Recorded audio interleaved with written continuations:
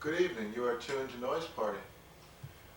Now, as part of our Live at the Liberty Cafe series, we are presenting a special treat for you, depending, of course, on what you were expecting tonight. Jim Rader did not do a show this evening, and instead he turned the proceedings over to Jack Powers, who had some of his Stone Soup poets as the open mic contestants in this evening's programming. Now, at about 9:40 tonight, there will be a performance by The Wrong Hero, and at about 10:30 this evening, a band from Charlottesville, Virginia, called The Curious Digit. As long as I have all this extra leader time, let me remind you that this is in fact live at the Liberty Cafe at Central Square in Cambridge. And tonight we have the Stone Soup Poets plus a musical act recorded live at the Middle East Bakery.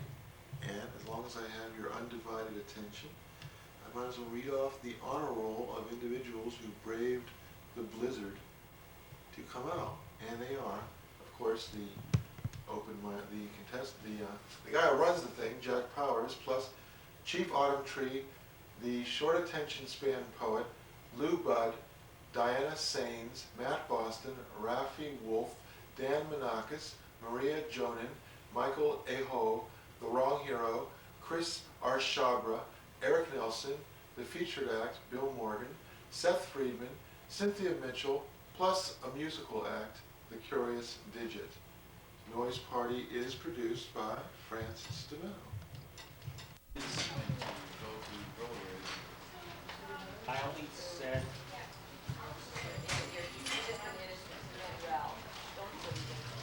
so it's only the women who find these things out here, I guess, right? We don't have to say everybody. Hi, folks, especially at this very important table over here on my left.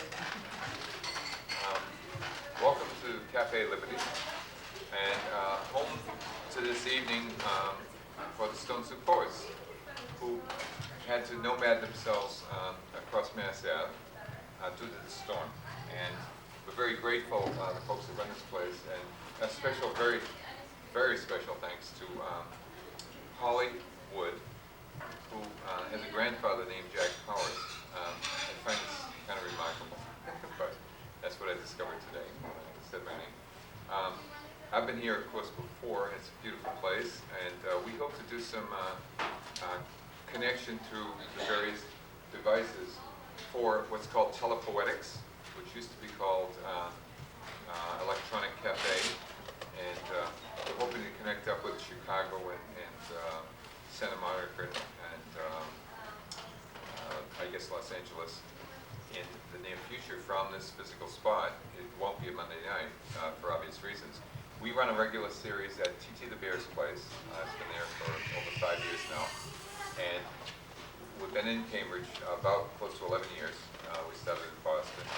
We're very happy to have anyone out there who's not a poetry aficionado to just lean forward a little, because you're going to get some great words tonight. Some wonderful poetry friends are with us. I want to say hello to the folks in Post Video Land, in Cambridge Cable and Somerville Cable. Every Thursday night from 5 to 7 on Cambridge Cable, every Monday evening from 11 to 1 on Somerville Cable. I'm sorry, Cambridge Cable is 5 to 7 on Thursday. Somerville tonight. So when you leave here, and we'll probably leave in time to see this, get out of the storm. So I want to thank you for braving the storm as poet people and sharing this time with us. And we're grateful to have this haven, this ark for the word.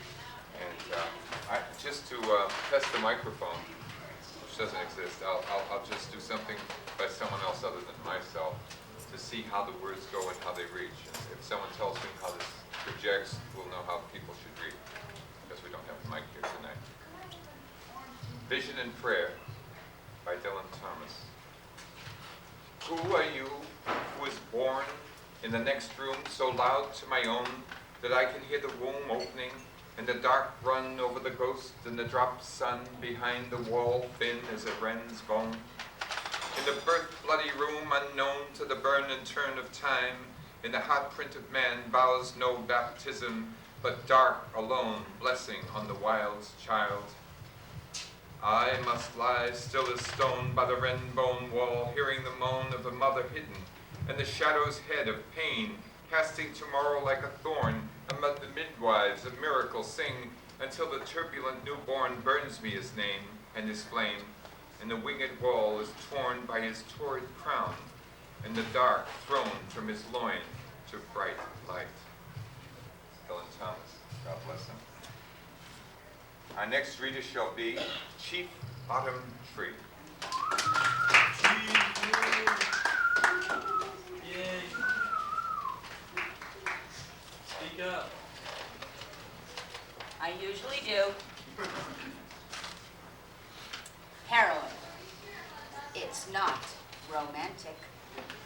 Shooting gallery, getting off, smack inside your veins, plunging down the drops of death, rushing madness to the brain.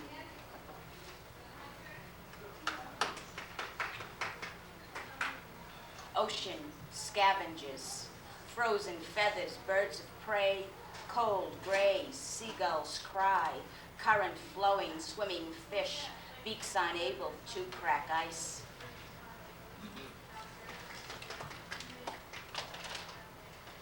Bible's first couple, eating forbidden apple, rotten to the core, choking on humanity, life inside Eden, no more.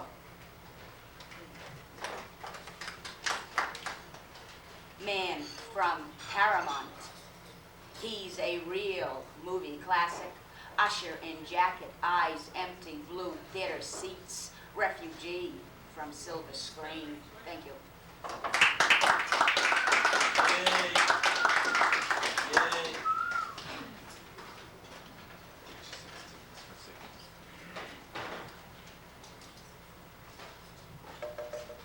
Chief Autumn Tree, thank you. To be followed by the short attention span poets.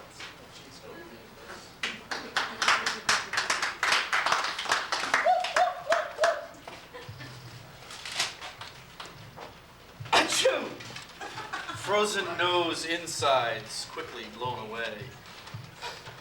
Woody winterland, drifting, billowing, dancing, dancers upon air currents, makes wind visible. Noses pressed against cold glass, eyes wide in wonderment. Swirling, whirling magic, fantastical adventures await. Button up, batten down, gather up equipment, venture forth into unknown. Pine trees glistening, virgin fresh white adornment, silent wisping breeze, delicate ballerinas, pale ruddy cheeks glowing. First hill, trails freshly sledding, flying flakes coating faces, happy laughter. This one's just for today. Blizzard, mindset energized, fresh air rejuvenated, childhood snow memories. Thank you. Thank you very much.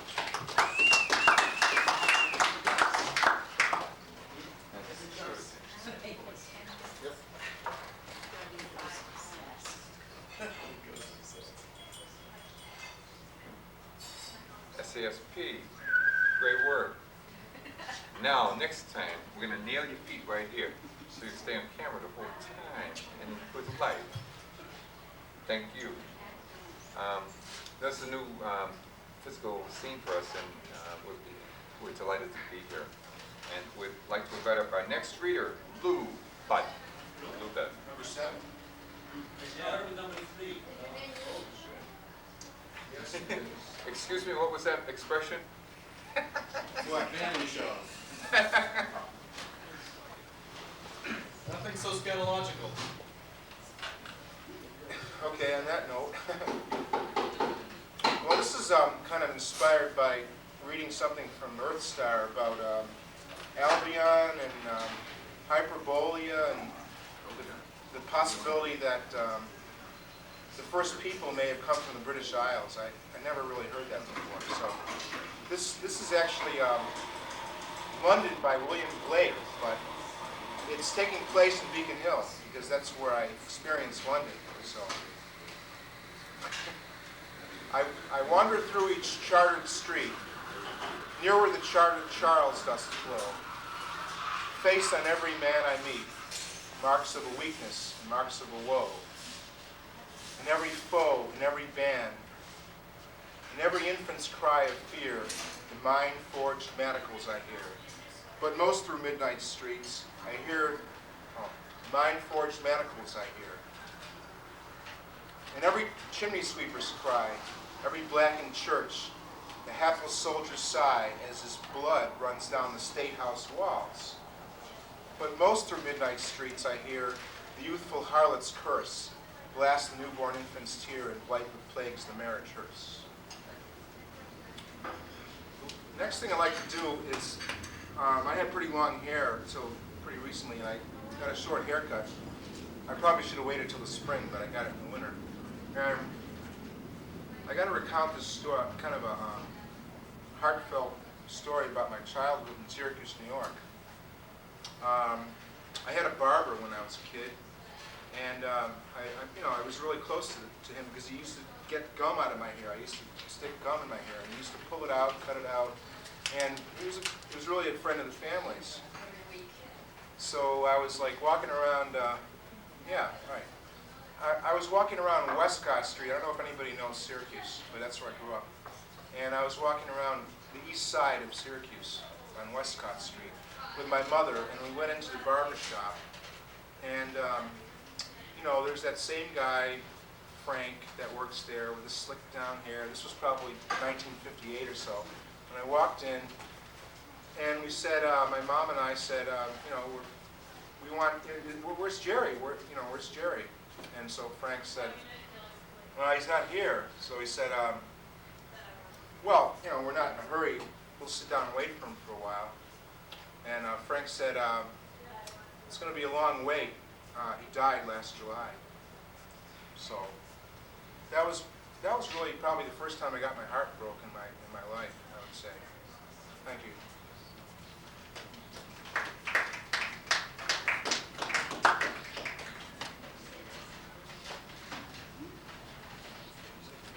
Thank you, Lou. Again, we're the Stones of Poets here for people who haven't heard us before. We're normally at T.T. the Bear's place at 10 Brookline Street, just behind the Middle East restaurant. Due to the storm, they were closed, and due to the storm, the act that was going to be here did not occur, and we just found a way to put things together again. Very special thanks to Hollywood for helping make this happen. I'd like to invite up now someone responsible for a really significant initiative to coalesce some of the poetry energy and get some of the information out to the general public. Diana Saenz, from Boston Poet. The Boston Poet. Holy Lord. Great poetry. Right here? Right behind the table.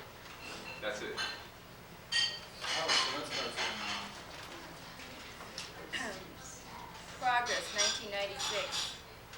The Chinese people have embraced their ugly past. Baby girls abandoned, not by the roadside. This may have been more humane.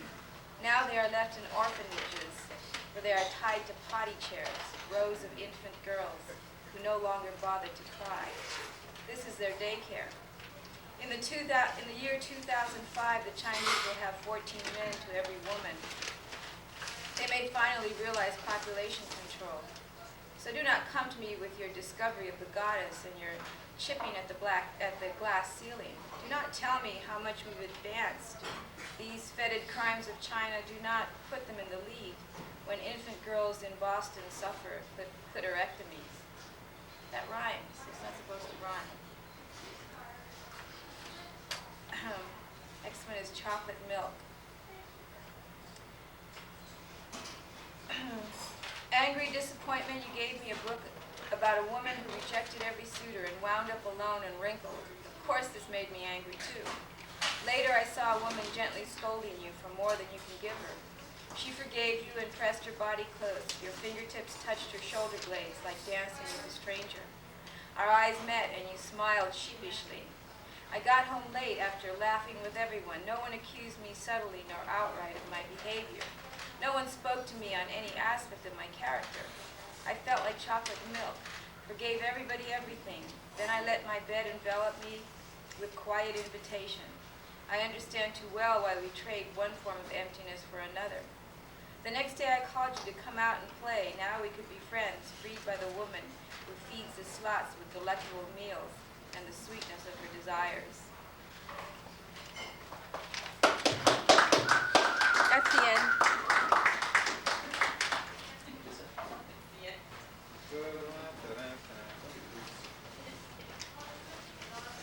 Dana, thank you very much. You're welcome.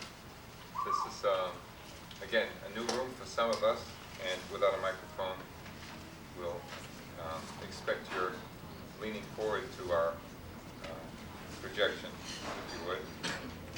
Next shall be Matt Boston.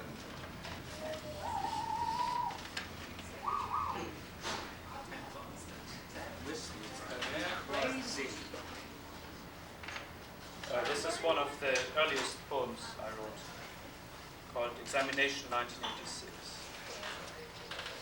On a sunny day in May, we'll fight all night. Stomach, floppy feelings, I went to school. Fought it all along, knew it all the time, felt so very strong, might pass very fine. Fairly empty building, seat-numbered pupils, rivals in this enterprise, talk tells themes. Biting on the nail, horror of the fail, whispers in the brain, tear off the sane. Door-coordinated Russia, 100 tables stood and stared, eye-drowning paper white, just detailing. Everybody ready pens? Time. Where? Show or demonstrate. When? No, calculate. Racing question paper, nervous shaking scribble hands, time war spurting phrases, heavy panting knowledge, sir. No time. What? Obtain and analyze. Why? Explain or summarize. Destructive, panic head blow, pondering peanut of the mind, laugh of leaping clock hands, dance of dazzling numbers, end of time. Thought it worth a guess, knew of utter mess, felt so very weak, outlook really bleak.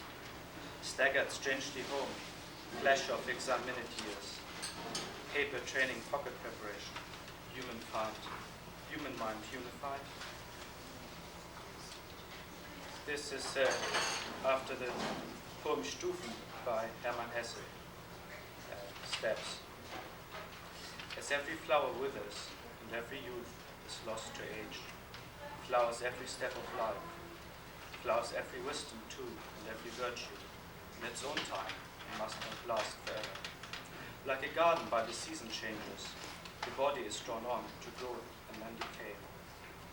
As you yearn to span the finest petals towards the sun, when it is time, let them go and drop them in earth's mud again.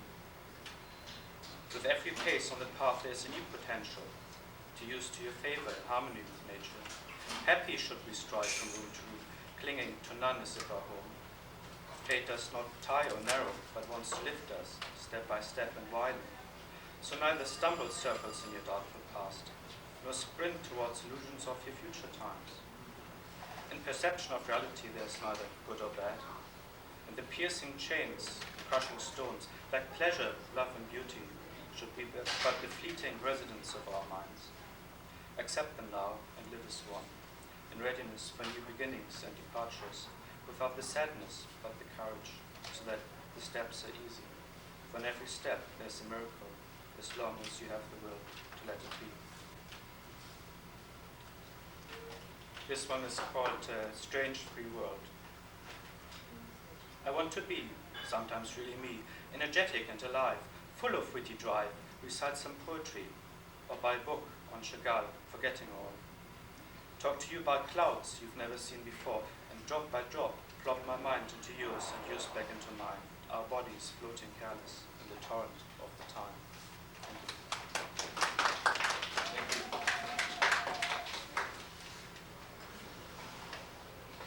That was Matt Boston. I'd like to, I'm going to do a poem again as I did when we started from Dylan Thomas, just to test the room again, because there are ambient sounds and whatnot, and I just like everyone out in the back that if anyone wants to hear the poetry and move closer, there are more chairs. So I'm going to try this in a slightly different projected voice and see if that works better for some people. You know, the next readers can go to school on that.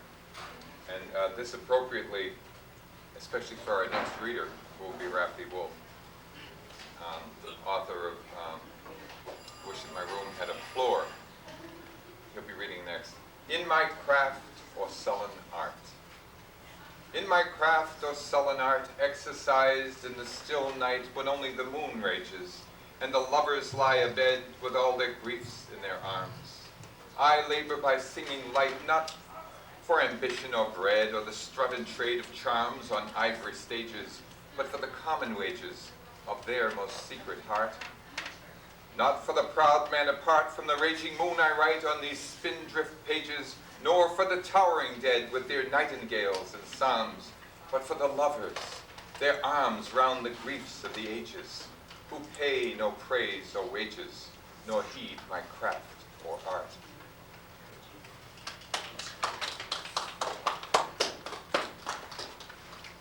Now, Raffy Woolf.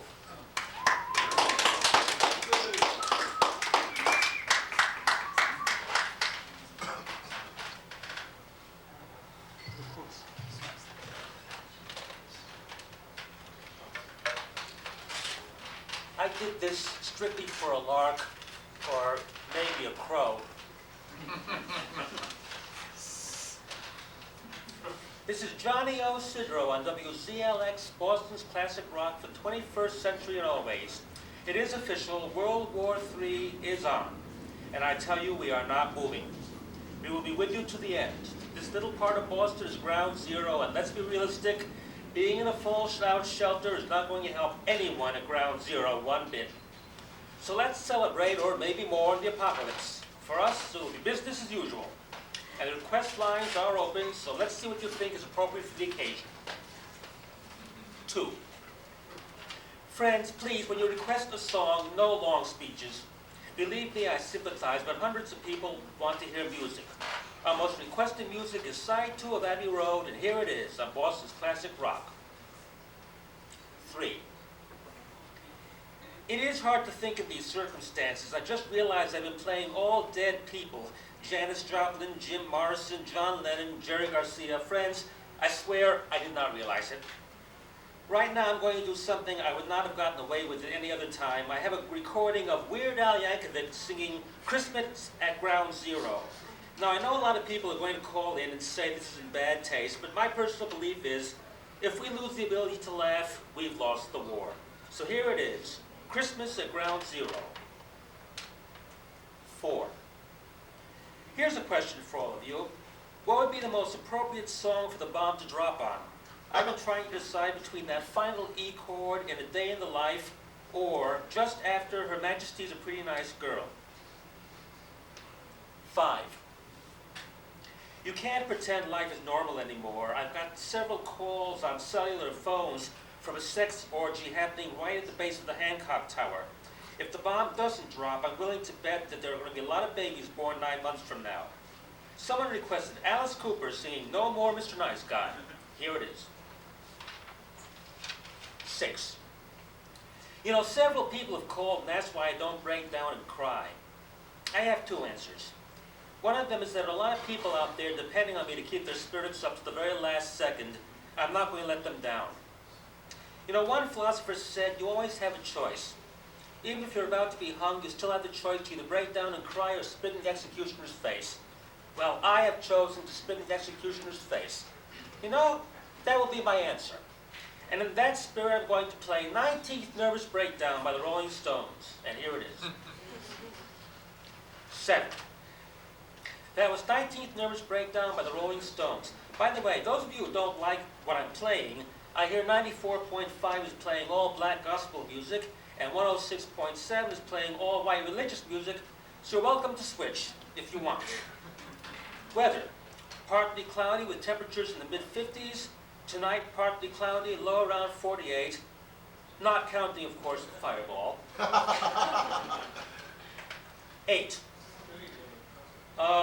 Ladies and gentlemen, there is a man here in the studio pointing a gun at me and demanding I play Frank Sinatra singing I Did It My Way.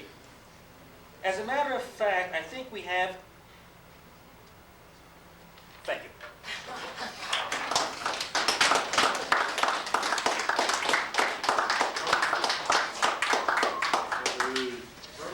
Raffy, who's working, by the way, on a new book, I believe,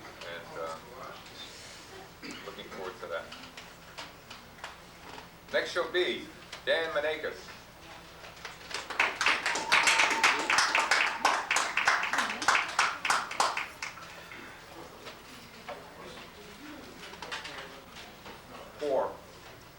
As long as I stay this way, nobody will want to rob or kill me or actually have anything to do with me except shake their heads, which is okay, because I'm shaking mine. Change. When it comes down to a roll of nickels, some pennies to last the rest of the week, the thought of all the cash lent out to good friends who are home eating fine dinners in front of the TV comes up. It makes me want to call and tell them just how good a Miracle Whip sandwich is. 24 hungover syllables. The toughest thing for me to do will be to buy a newspaper which will tell me what day it is. The experiment. They got him started early, teaching how to twist the tire swing round and round until the rope was taut, then get in and spin until it stopped. Staggering towards them, he smiled and fell, then wondered out loud, wow. They told him it was just like getting drunk, and left it at that.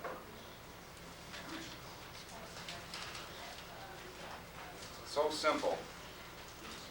Sometimes it seems so simple, hung over on the couch, a bit of leftover champagne flowing through the veins, a touch of sun squeezing through the crack in the shade, and me, rising nude, to check on my love, making breakfast at 12:44 p.m.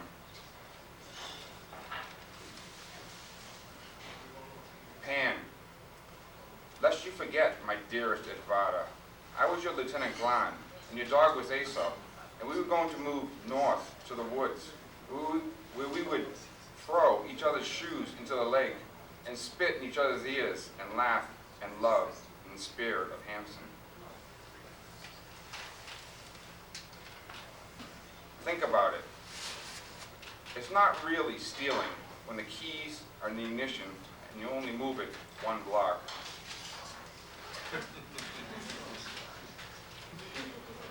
Countdown.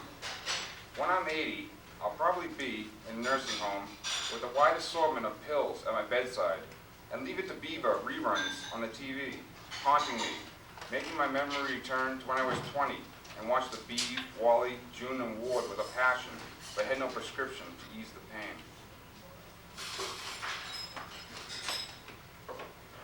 While driving, I ran into a mass exodus on the highway one Sunday. 3 lanes were flocking to worship 11 men they considered holy. I could only thank Christ I was going the other way.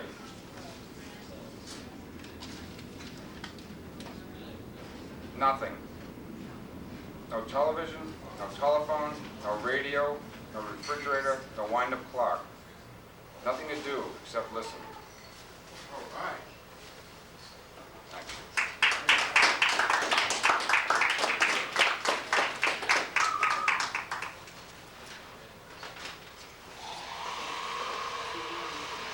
Thank you, Dan, very much. Next shall be Chris Arshagra. Wait a minute. Next won't be Chris Arshagra, I guess. At this moment, anyway. Maria. Jonin. Let's have a hand for Maria Jonin. Hey, I thought you were going on the second set. Liar.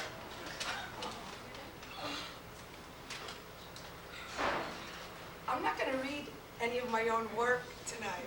Oh. Are you happy about that? See what you did? Sorry. I'm going to read a bunch of short, like 3, Attention span 2, poetry? exactly. You've been my role model, and now you're transforming. So Can't believe it. Actually, I'm going to read from a very special book. You guys have heard of David Byrne from the Talking Heads? Yeah. Well, I worship him, okay? So, anyway, I got a very special gift from an old friend of mine. We all used to live together, about 7 of us in a house, and we all became very dear friends. David Byrne and the Talking Heads was a vehicle for our bonding. We danced to David Byrne and the Talking Heads. We cleaned the house to them. We smoked pot to them. We just, I don't know, probably made love to them too. And so now he's into photography. He's like this really brilliant artist. And lately he has branched out into photography. And what he's tried to do is really just photograph very ordinary things and has published it in this book called Strange Ritual. And in this segment, which you can't see, he has photographed like about 15 different bathroom towel hangers with the tile surrounding them. Very Andy Warhol-y, repetitive, taking a picture of a different. And I worship these. I worship fame.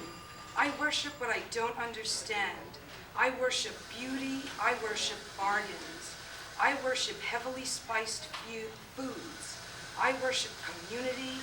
I worship primary colors. I worship obsessive behavior in others. I worship meaningless images. That's one. Now I'm going to read some of our house wall poetry. For our house, we got that magnetic poetry that you see all over the place. And the first few days we were really into it, and everyone sort of contributed, and some of them I thought were quite funny. And so I thought that I would just sort of bring them here. I use life, cook death, smear blood, beat time.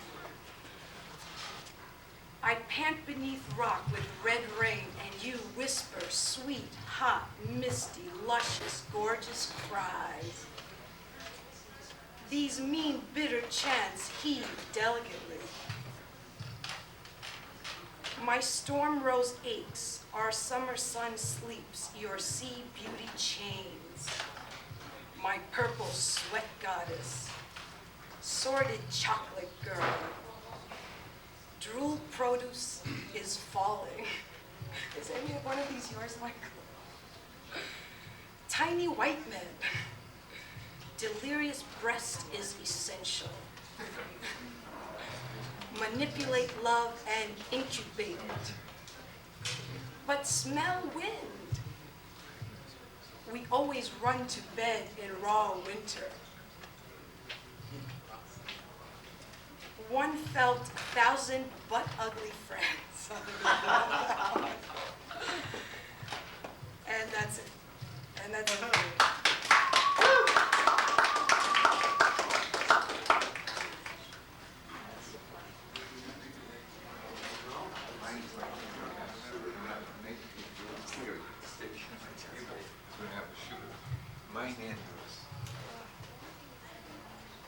Maria, Jonin,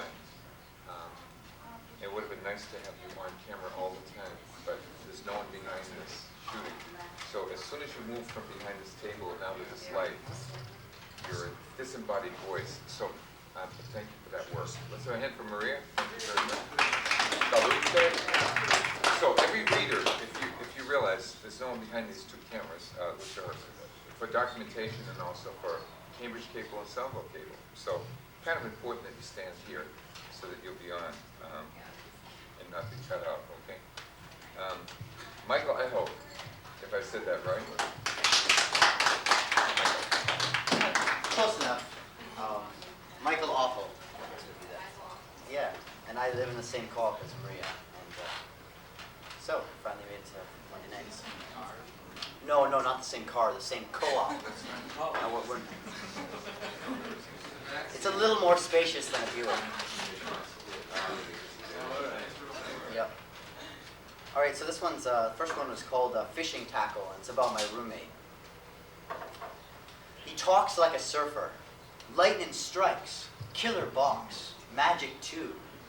He wades like a water buffalo, trailing a snot-thin line, stepping out into the current, One way from roe to fry, to steam bucking salmon.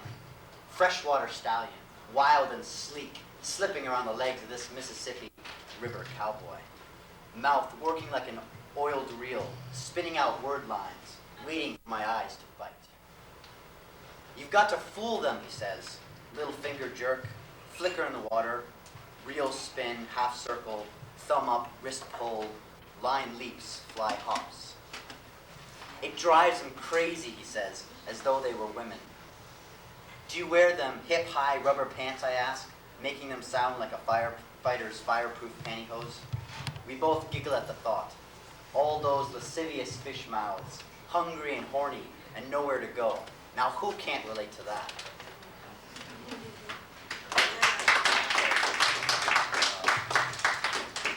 Okay, so let's see.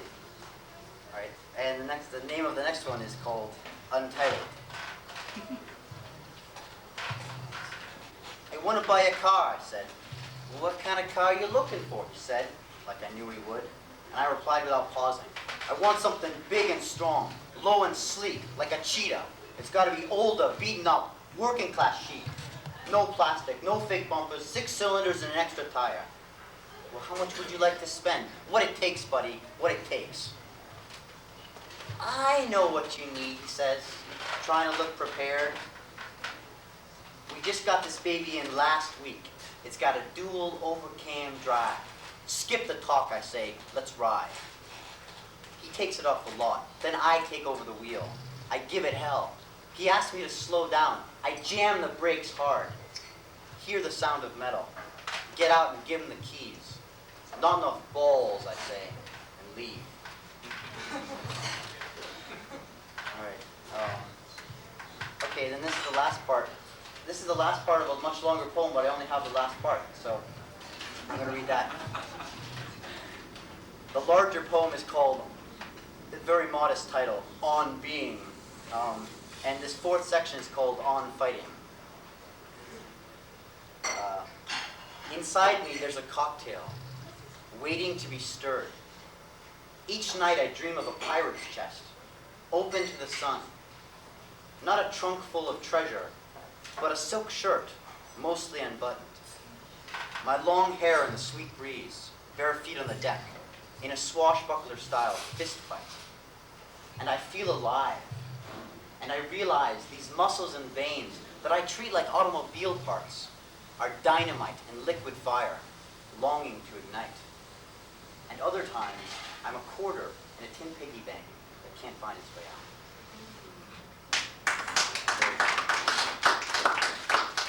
And that's all I brought.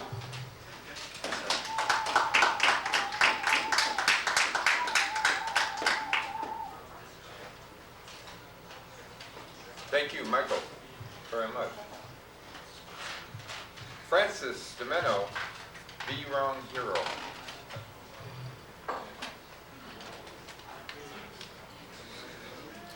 Hello.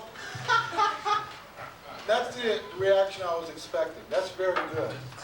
Some call me Francis DiMenno, some call me the wrong hero. And other people call me the avatar of the moron zeitgeist. On the way over here, I went from 0 to 60 in 9 seconds. And now, I'm 99 years old. I've completely lost my faith in religion. I've completely lost my faith in science. I now subscribe not to Scientific American, but to Superstitious Caveman. I just got the first issue. It's dated 1 million BC. And it's got lots of great articles. Fire! Bad!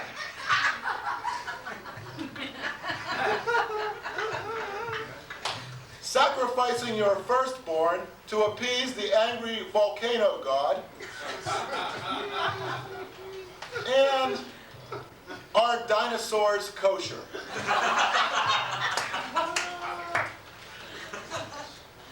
There's something that's been bothering me, and it's the Saturn car. Now, I was wondering, what were the marketing geniuses thinking of when they thought up the name for this car? What should we call our new car? Call it Mars? No, too warlike. Call it Venus? No, we want to appeal to both males and females. I know! We'll call it Saturn! Devours his own children!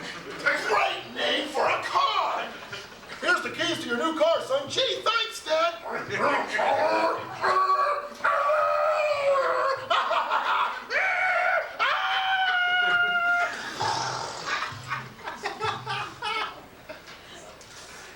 Yeah, thinking about the Greek gods, you know, Prometheus. Oh, what's Prometheus' problem, right? He stole fire from the heavens. I mean, if he was smart, he would have stolen the fire from hell. I mean, who would have missed it? And there's plenty to go around. And the devil would have given him a medal or something, you know? Hey, you stole, that's great, you know?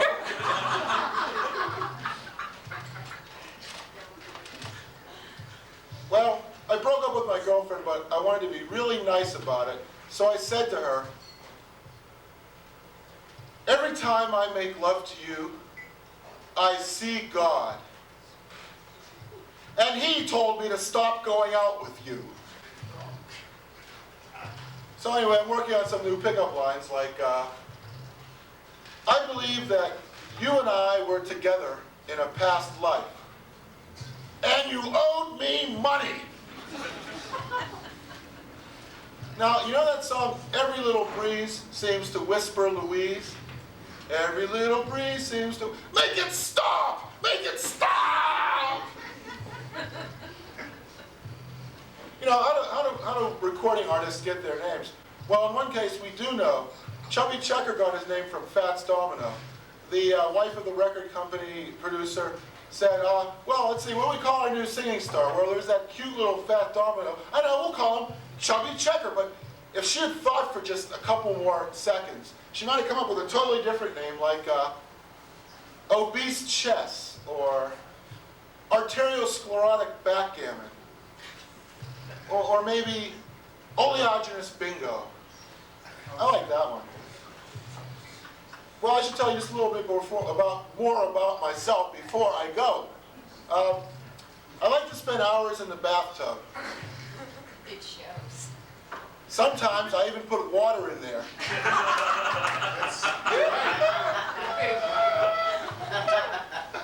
People say I've got my grandfather's smile. That's because I borrowed his dentures.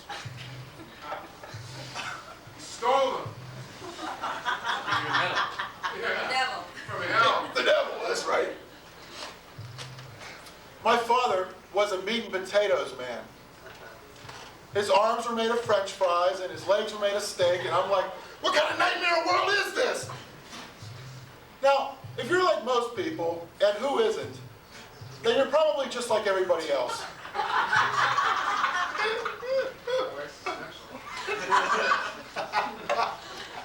Just once, while watching the Wheel of Fortune, when somebody spins the wheel and yells, "Big money, big money," I'd like to see Vanna White roll out a giant stone coin from the island of Yap.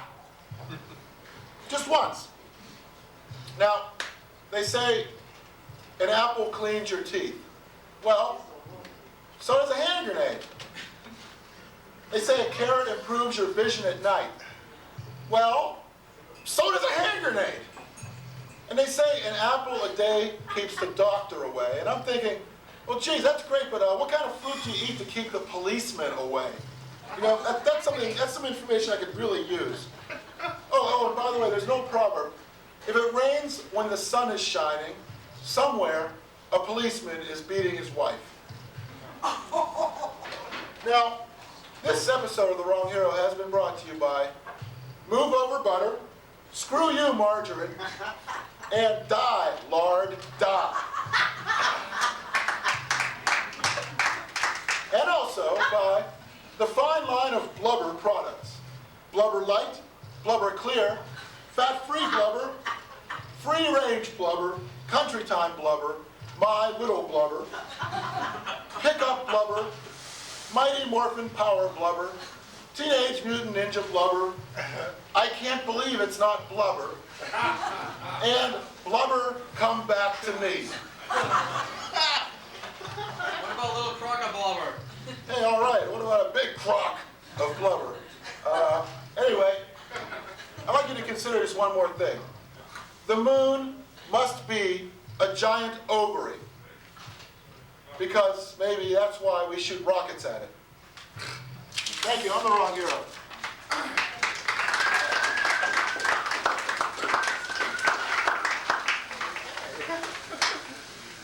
That was Francis DiMenno, or the wrong hero, whichever you prefer. Good stand up, good stand up. Thank you. And Christopher Sestuli Arshagra has the joy of following that act. Yeah, wow. All right, I can follow, CC. Yeah, you got a challenge there. Yeah, what do you do after that, huh? Yeah. Take off your shirt.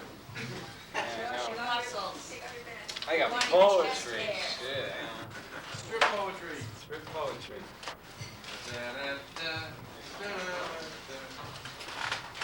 Okay, well let's enter a new dimension here.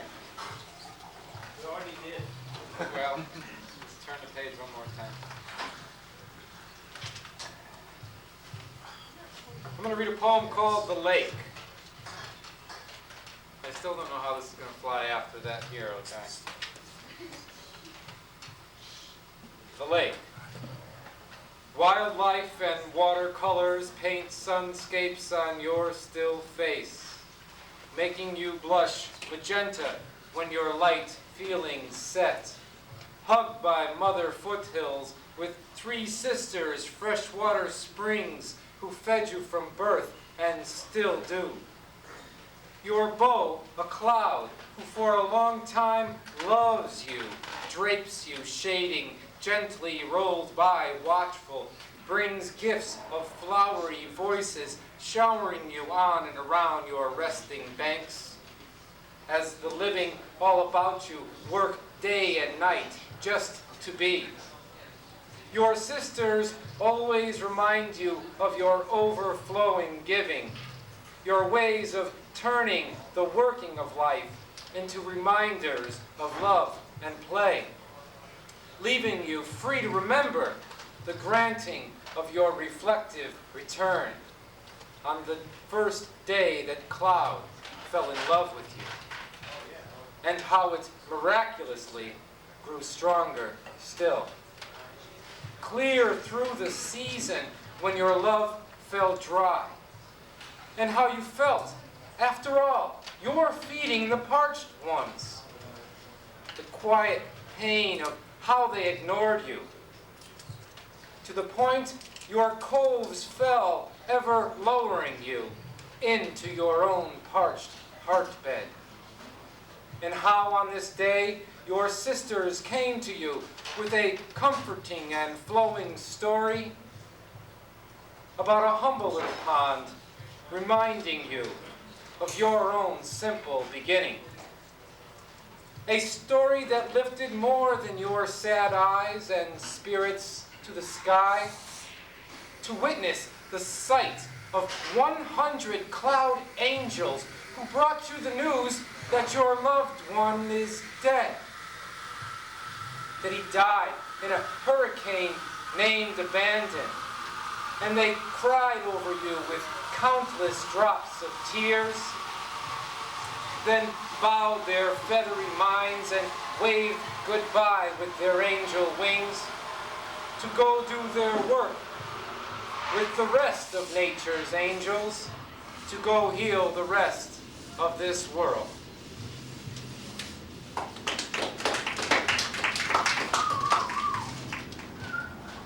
Okay, I brought you all down, huh?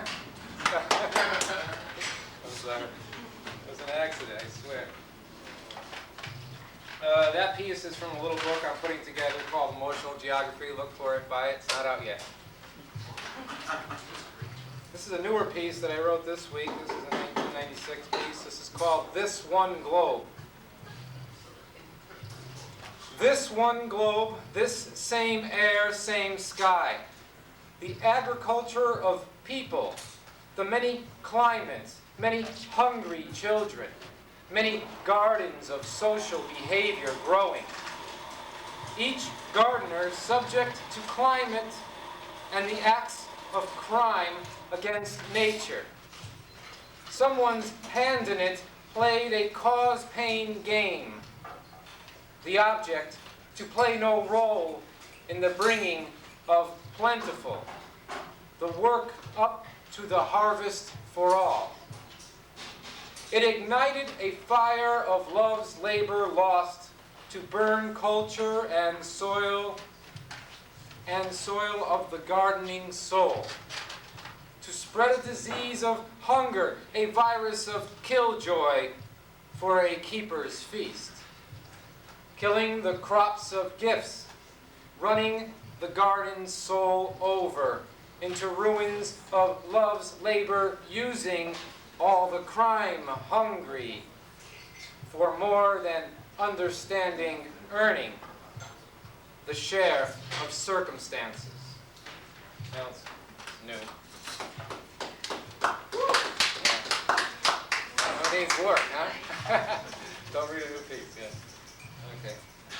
And I'm just going to be one little more piece here that's, after doing Stone Soup for years and years, I put together this one little piece for Jack, and it's small, but I think it covers a lot of ground. And I brought it in because I said I would bring him a copy, so I'd like to share that with you. This is dedicated to Jack Powers and his dedication to the Stone Soup poets. And Lord, and it's not. No, that's good. It's not. Oh, you took that well. This is not a kiss-ass poem. This really is not. Jack earned this piece. He really did. It's actually called The Lord of Nonsense. Lord of Nonsense, watcher over listening. Mortal remains choose pen over piano. The candelabra waxed wanes burning ideas, illuminating stages flicker in the mind. Light source attempts to voice human, face pain, breathe life into spirits, lifting wind to nets of poets' work, threading, basting, stitching, binding, weaving tapestries of dying, living. Thank you.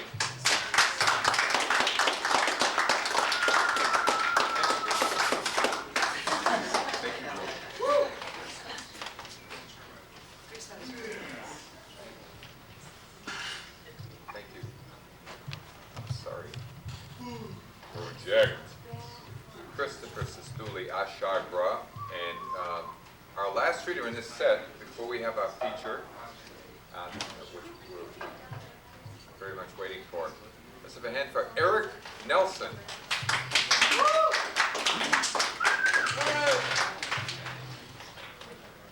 No, Eric, behind the table, or you are not on camera.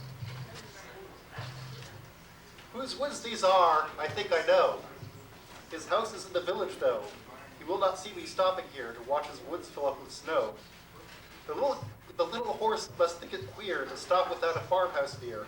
He gives the hardest bells a shake, to ask if there is some mistake. I think that I shall never see a poem lovely as a tree that in the summer wears a nest of branches in her hair, where two roads diverged in a yellow wood. And as in uffish thought I stood, the Jabberwock with eyes aflame came whiffling through the tulgey wood and burbled as it came, saying, "Let us go then, you and I, and take the road less traveled by, where the evening is spread out against the sky like a patient etherized upon a table. Let us go through half-deserted streets, streets that follow like a tedious argument of insidious intent, to lead us to an overwhelming question. Oh, do not ask what is it. Let us go and make our visit. I know a dark, secluded place, a place where no one knows your face, where we can sit us down to wet right many a nipperkin, and so between us both, you see, we'll lick the platter clean, and eat our victuals fast enough, and write a lot of stupid stuff, and drink the milk of paradise, and dare to eat a peach, and cauliflower pipe at her bowl and her fiddlers 3, and hear the mermaids singing each to each. I do not think that they will sing to me. The woods are lovely, dark and deep, but I have promises to keep, and miles to go before I sleep. But at my back I always hear Time's winged chariot hurrying near. He gives the hardest bells a shake to ask if there is some mistake, making time, time, time to the syncopated chime of the bells, bells, bells, bells, bells, bells, bells. The road goes ever on and on, down from the door where it began, and the highwayman keeps riding, riding, riding, and don't you come back no more, no more, no more. Who travels thus through night and wind? It is the father with his child. The child is father of the man, cast on earth's diurnal course with rocks and stones and trees, through caverns measureless to man, up to the old inn door, and don't you come back no more. Poems are made by fools like me. Terence, this is stupid stuff. Poems are lovely, dark, and deep, but I have promises to keep, on miles to go before I sleep. Sleep that knits the rabbled sleeve of care, as down in lovely muck I've lain, happy till I woke again, when human voices wake me and I drown. For I've many a mile to go that night before I reach the town, and miles to go before I sleep. Poems are made by fools like me. Things fall apart. The center cannot hold. Mere anarchy is loosed upon the world. A wandering minstrel I, on the road to Mandalay, where the dog comes up like thunder, making time, time, time to the syncopated chime of the mermaids singing each to each. I do not think that they will sing to me. The road goes ever on, and I must follow if I can, and don't come back no more. But only God can make a tree, for he on honeydew hath fed, and drunk the milk of paradise, and that has made all the difference. For Walt does more than Milton can to justify God's ways to man, who gives the harness bells a shake to ask if there is some mistake, like a patient etherized upon a table. I think that I shall never see a poem lovely as a tree, but I can tell you anyhow, I'd rather see than be one.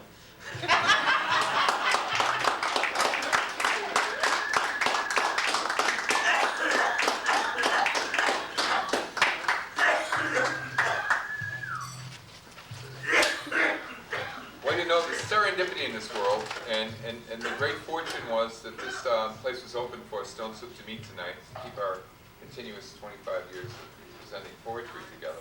But I saw Eric over there and he hadn't signed in. And I said, well, we have this little bit of time before we close the first hour, before we do our feature, Bill Morgan. So I caught his eye and I said, hey, you got something? Did he ever have something? That's brilliant. That was a brilliant compilation.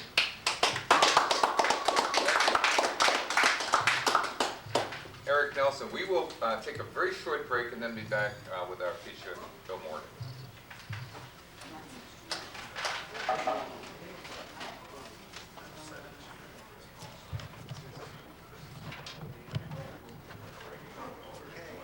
I've been here before. It's a wonderful place with wonderful help and wonderful management.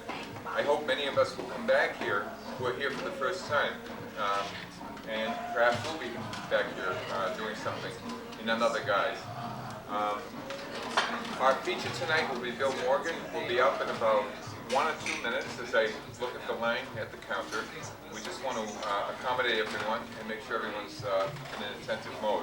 So those of you who aren't here for poetry, you're hearing some poets from as broad a range as I can think of presenting. And our next reader read it first night with the Stone Soup Poets, Stone Soup Poets Cabaret. We have done many things together over the years. The range of poets we presented would be remarkable to explain, including from slam poets to neoclassicists. I want to thank you for doing that. God bless. And we are very happy to now bring up, I think we can, Bill Morgan. We'll have to turn off the sound though first. Hold on.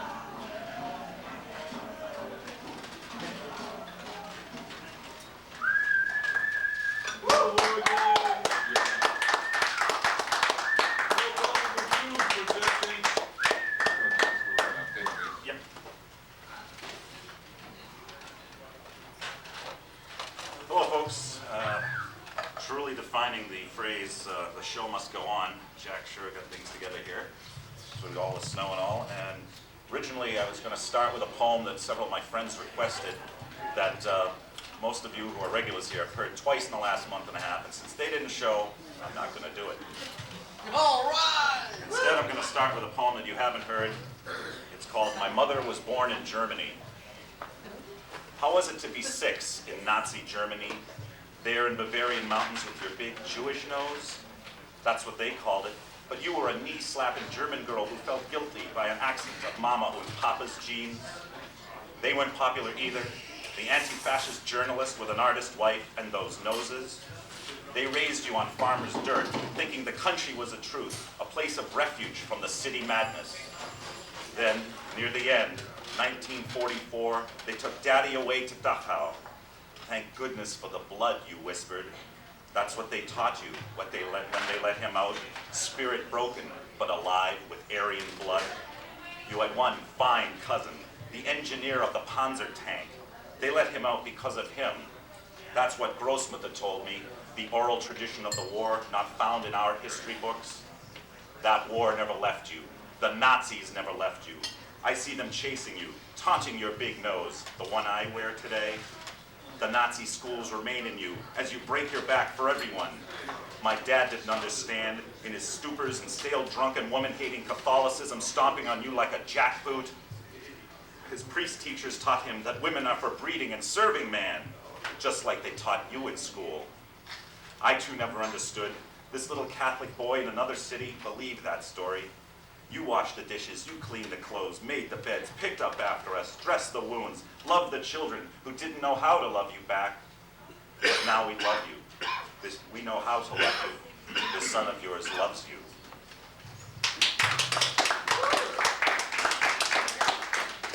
The next 4 out of 5 short poems I did at first night. This one's about a date I had when I was 16. I call it Infatuation Number 2. A frustrated country girl hating small-town boys interested in feeling her tits. Big city was in her dreams, and I, the American hero with wheels, drove 600 miles to take her to dinner. And did I try? Oh yes, my big come on. I spread a table with U.S. wallet lettuce and drove through Ontario farmlands, undercover, clear celestial night without the moon. I didn't kiss her. 600 miles later, I was back where I started, home, playing my pants trombone, filling the infatuated room with music.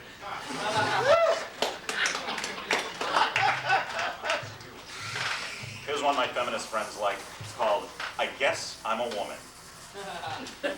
I'm talking about men who make me ashamed with their bigger is better. Those American macho machines who buy Playboy magazine air fresheners to swing over a 4x4's dash. If they are real men, I guess I'm a woman, and damned proud of it. Here's another one from first night. Any Ginsberg fans here? Woo! All right. Here comes a parody of your buddy. I call it Squeal. I saw the best buns of my generation, parted, pouted, bumped up with my old man Tool.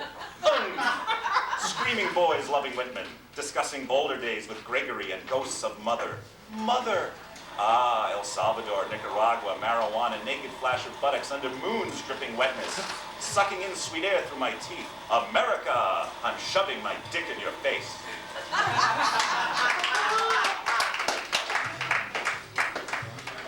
For any of you who are looking for constructive criticism in writing class or writing groups, and you get the person say to you, oh, I like your work, it's nice. You say, well, what do you like about it? Oh, I don't know, it's nice. This is my response to that. I call it the value of good criticism. You say my poems are nice. I say yours are too, just like the day the cat threw up in my shoe. Nice.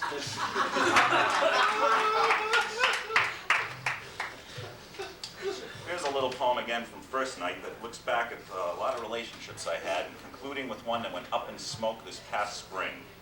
I call this Love's Broken Record. Dear Anne, Diane, Rebecca, Rebecca, ah Annie, sweet Annie, oh Mary, dear Mary, and Suzanne, Suzanne, Suzanne, Suzanne, Suzanne, Suzip.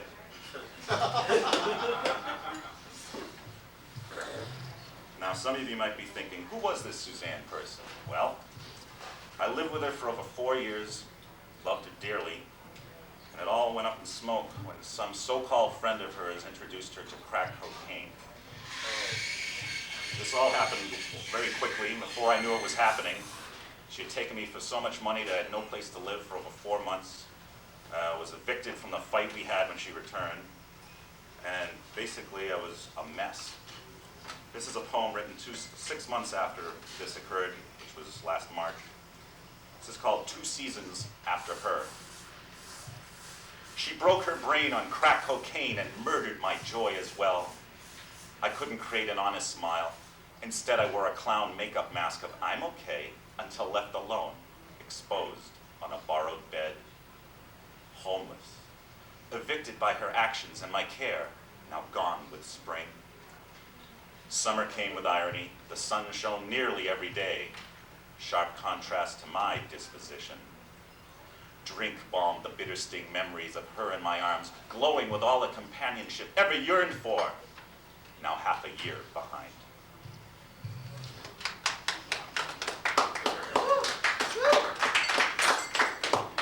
Okay, now I'm going to take you to the land of the jaded and the damned.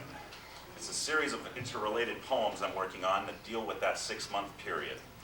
It starts, of course, with Suzanne becoming a crack addict, leaving me for a heroin addict, my subsequent homelessness, and then the centerpiece to the whole series of poems deals with the fact that during a 4.5-month period from April to the end of August, I spent more hours at J.J. Foley's than I did sleeping, which is a barroom down in the financial district in Boston.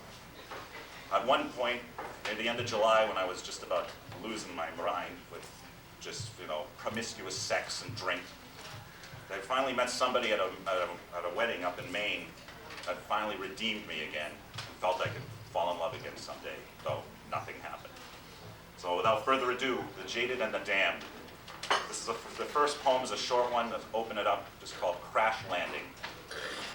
After years of flying high, my heart has gone crack. The damned night bird flitted to whippoorwill with drugs in a certain sense of soaring, only landing with a crash.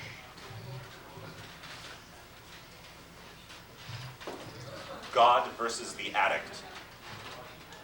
Years ago, I had the longing for a young girl who said, I've never felt closer to anyone than you, but I've decided to live the life of a nun. Sad yet satisfied, I thought, who better to lose to? God himself. Second fiddle to the big G in the sky is one thing, but now I'm runner-up to a slug-like Svengali who charmed my broken Deutsche doll into his heroin-dazed cracked case. A puppet string-tugging, spineless mess pulled my love away. Colors. I'm not green with envy. It's my me becoming jaded. My love was hard, fast driving fire ardor red, coiled by white binds of dedication. True blue bill, that's me. Now turning darker day to day, I critically need a colorful song. Pink room. She's sitting in the pink room, waiting for her man.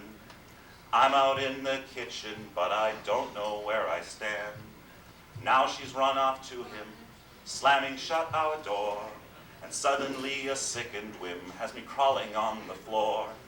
Sure, we had a spat or two, gnawing both our ears, yet I know how I lost you was just because of fear. Fear to tell me the truth, fear to question why, fear to say you had a toot, because I would shoot you from that sky. Fear to confide in me, after all these years, has left you now a broken girl, blending both our tears. If you'd only talk to me like we did before, we might have salvaged something that today could be adored. Now I'm in the pink room, on a heavy chair. Where you went I don't know, and why should I care? You threw me over, baby, like a spoiled child, and now I toss back a drink or two to keep from going wild.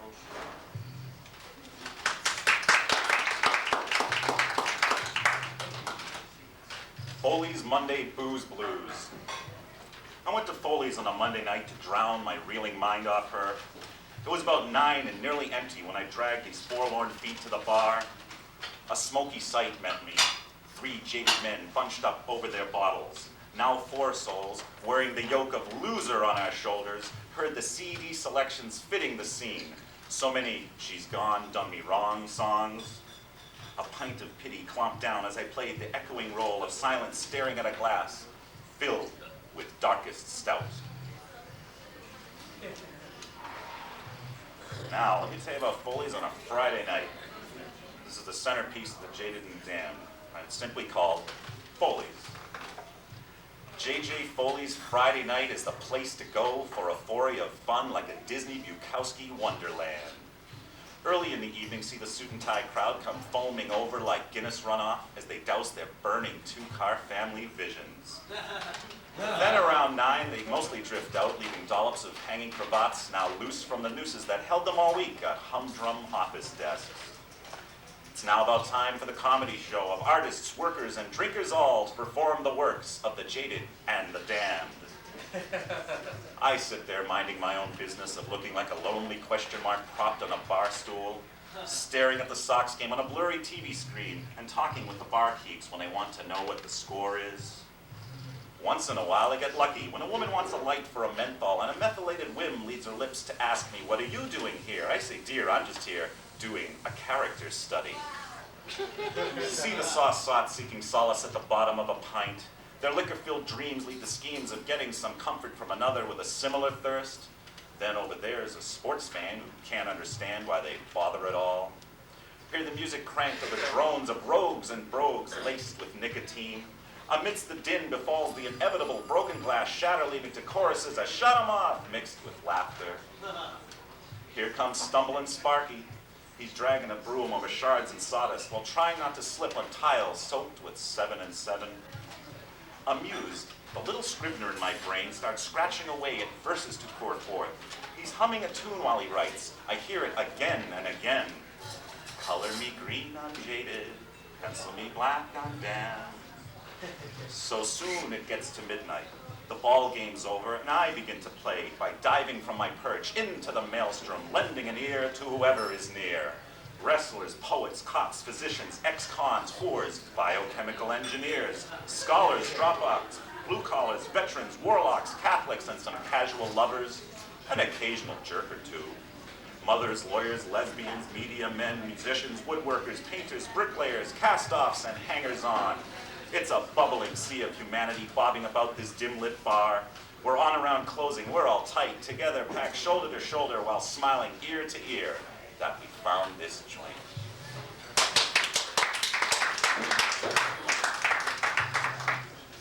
In that last poem you heard me refer to the Scrivener.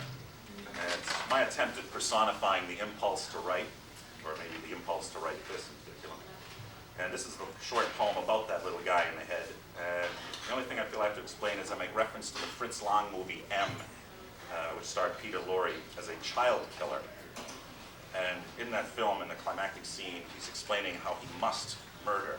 And there's a repetition of ich muss, ich muss, ich muss, I must, I must, I must, which comes in this one.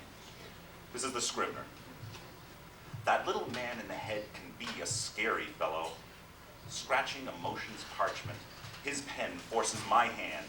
I'm like Peter Lorre in M. Ich muss, ich muss, ich muss, until the torment's out. I slash to the homunculus's song. Jaded, I'm learning to cope. Damned, get the rope. The manic mankin won't cease, wailing the verses of humor and hurt, pulling out roses and gathering dirt, with broken love lyrics and barroom scenes. He's late night, empty, steppin' wolfish. So now I binge and purge on paper, washing away with ink, a lover down the sink.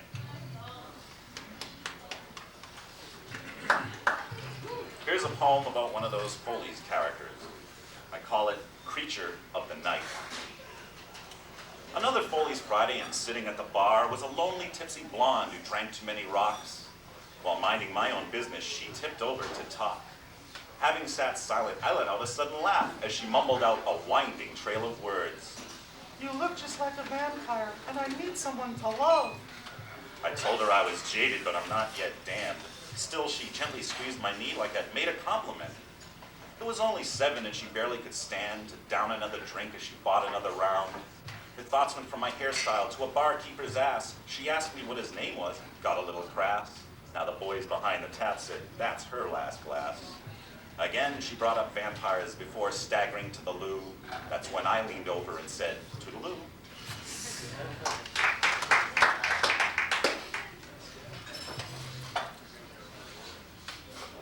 In this next poem, I make reference to Cynthia. If you're familiar with the Flying Dutchman myth, she was the woman that redeemed his soul. And that's all I have to say about this one. This is another Foley's-related poem. I call it Mermaids.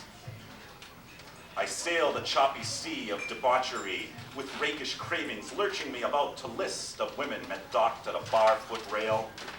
Riding the stormy deep's indulgent whirlpool, I'm still cautious of self-destruction serpents, yet madness is now 2 marks away, in league with memory waves, whose undertow draws me to the temptation of an hour's swell of bliss by siren's call. I've been pulled down on lonely liquid nights with a bed by a toilet, swirling in recollection that I'm on a trek to find the long-sought center for this low-flying new world man.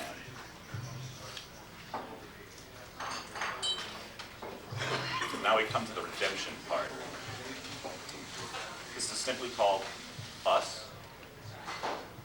On a sun-splashed Sunday in Camden, Maine, I had a chance meeting with 2 dark eyes not beheld in some 6 odd years. These eyes had recently been filled with the heavy tears of a love gone blind. Not long before, my blue agates ran similar streams of that damned soul sorrow, saying, how could they so crassly forget when I remember everything, seen, felt, loved? As the day's same sun sets, bringing long shadows from the Camden hills, I sensed a certain reawakening pouring out from both of us, the dreaded longing that by opening up we could be trapped again. Yet, somehow calmly we embraced this chance interlude in July, Maine, when we kissed away some fears that the lonely void will close, and both of us will still be here.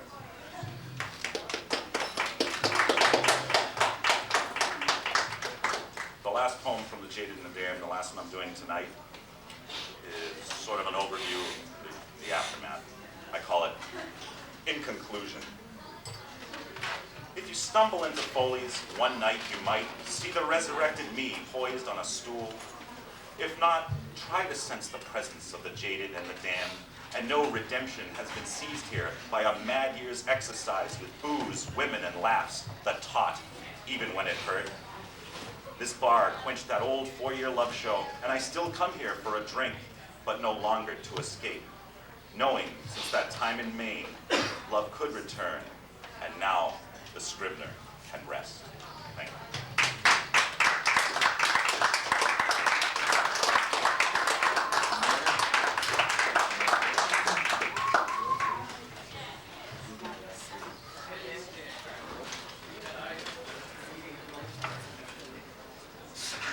Bill Morgan, thank you very much. Another hand for Bill Morgan. Next week, Bill's going to open at 9 o'clock for a short set before our feature, which will be the Boston Haiku Society, led by Raffy and people like Sarah Jensen will be part of that. I don't know who all the readers will be, but that'll be at our regular reading place on Mondays. T.T. the Bear's Place, right over across the street at 10 Brookline, and right behind the Louis Cafe. We open at 8 o'clock. And I'd like to do something just... I think I've been in that bar, but I don't think I have a poem that relates out of this book. Now, I have been in that bar, I'm sure. In fact, am I in it now? Yeah, I wanted, it was a great car poem done earlier, so I'm going to do 2 poems, and then I'd like to be followed, there's one last open reader, which I would, now I'm going to do 2 poems. Oh, both of you are readers, God bless, so we'll have, our last 2 readers have signed in over here. So, I want to do this car poem, for the person who did a car poem, you understand. I hate idling. You know how big my engine is? Double barrel carburetor could cook anyone's ass. 4 on the floor, aerodynamically styled the works. So I sat out in that showroom window about 13 minutes before being snapped up, zapped, gone. I mean, they knew I was hot to trot. But what happened? She bought me. There's no rules to this, you see. I mean, I was specifically designed to horizontally fly bye-bye to the entire will zip. But she bought me. I don't know why. So I sit at red lights when she goes shopping and watch Fords, Chevys, goddamn Hyundais spot fumes in my face while she painstakingly shifts from neutral to first and gentles out like a kitten on cellophane. Shit, I know what we're all thinking. I'm whooped, housebroken, but I'll tell you, I'm waiting for that dude who has some small action in Vegas. Changing numbers, paint jobs, some kid named maybe Billy Ray Jones smashes in, hot wires out, bang, gone. So long, Miss Lady, while we sky. Hey, think of it, he speeds, cops bite, we have a highway chase. 150 miles an hour, and he cuts the curves like peach fuzz. Straightaways make it all stand up. And don't you know, you can die doing this shit. But Billy Ray secretly loves Dean, wants to go out smoking. Leave two toll booths tilted together. 3 troopers crash, and me and Billy Ray totaled. Living fast, dying young. Just what we were made for. That was for a teenage friend who, unfortunately, died due to stuff like that. And crazy joke. And I want to do one. Bless you. I'll end with this for me, and I guess Seth Friedman will be the next reader. Manifesto for the 90s, and this is a little. Some people take it seriously, so it's okay. The secret is finally out. We shall no longer linger in the past. All statues must fall, good and bad. Jesus and Hitler alike tossed into dustbin. We shall create our own world without reference. Down with Shakespeare and his like. There is no backward or forward, only this now. This now, which must be fed with the raw meat of our inexperience. Every generation to reinvent the wheel or choose not to. The greatest duty being escape, to be free of the domination of what was, what happened, or was considered important enough to remember. Forget everything! Then begin to live without a backward glance, without the Alexandrian library, without syntax, allowing your thoughts to unravel into the pure genesis of the unfound. Letting the anarchistic energy of the supple mind in each reach, touch, recoil, and join like microscopic life in a pond. You cannot live while the past exists as dominant force. The clouds gather, there is no sun, there never was a sun, still you must do something. The clouds have left in all its light, there never was darkness, but still you must do something. Surely we must know by now that all formulae are experiential, that books are police, blocking singular possibility, that reruns are becoming our real lives willfully, that prognostication, procrastination are the coward's insurance. Toss the dice. 6-sided, 12, imaginary, who cares? Better to go naked into that furnace of this instant, and forced to respond, create the next moment of nothing but one's intrinsic will, undefiled by recollection of any sort. Live to create, create to survive, and burn all traces of your passage. Thus, humankind will arrive at our noblest calling, vulnerable, uninformed, but truly powerful creative creatures, if we but truly dare. And now Seth Friedman.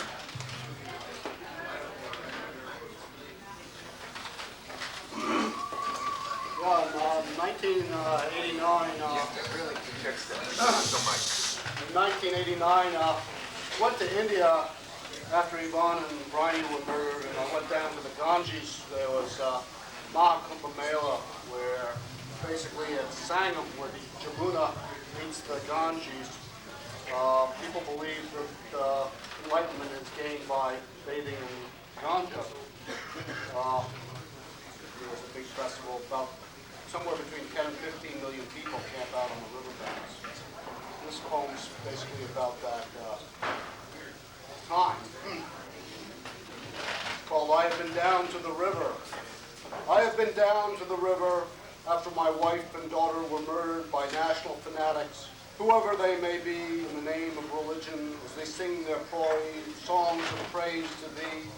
I have been down to the river, and the river was cold, cold flows of December mountain snows. Oh, Mother River, oh, Mother Ganga, as you flow from the Himalayas to the sea. Oh, Father Jamuna, oh, Father Yamuna, as you flow past the Taj and Fetapur Sikri. When the cold winds blew down from Tibet and the homeless were dying of exposure in Delhi, and all the smallpox victims are wrapped in white and thrown back into the river, oh, Mother River of Might. By the way, that's true. It's very cold, and the people who lived on the street were dying from 30-degree weather. And as you know, the people also wrap themselves in sheets so that the rats don't bite them at night. Of all the white bodies, I never saw one succeed in passing by me, nor did I see one sink before being eaten by the birds of the river as they bobbed towards the sea, or the dogs on the banks where they landed when the dogs got lucky and had bodies on which to feed. Street people and beggars, some of which are true sannyasis, wrap themselves in sheets so that the rats will not bite them at night as they sleep and are not so aware. I have been down to the river. Yes, I have been down to the river, and oh, what a mighty river it is to see.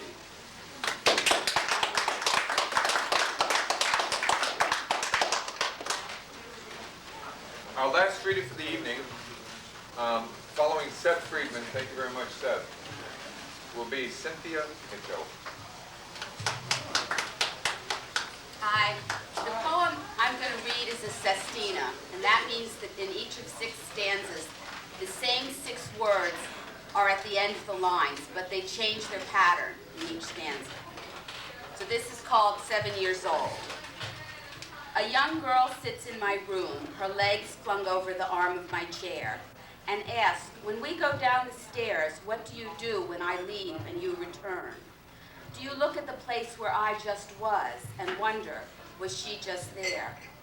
When she is gone and I am there, are we together still in the room where we were talking and all that was goes on, and like the chair, makes a place to which I can return and hear her bounding up the stairs. I do it too, she says, taking the stairs 2 at a time, and waits for me there. She says, I think of you and my return, and how you sit here in your room, how sometimes I sit in your chair and twirl around to see what was. I think of who we are and who she was when she is gone back down the stairs. I think of her taking my chair and what sense of place is resting there. We are no longer in this room, yet something goes on until her return. She wonders if her mother will return and what she's doing now, and was she happy with her in the room.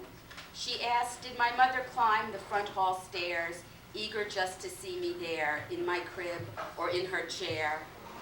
Now in my mind I keep this chair, and I have your smile when I return, and the way we were together there. New things between us grow from what was. Together now we take the stairs, and we make room. Room for stretching on the chair, stairs for going everywhere, and your return. Was it true again, you found me there?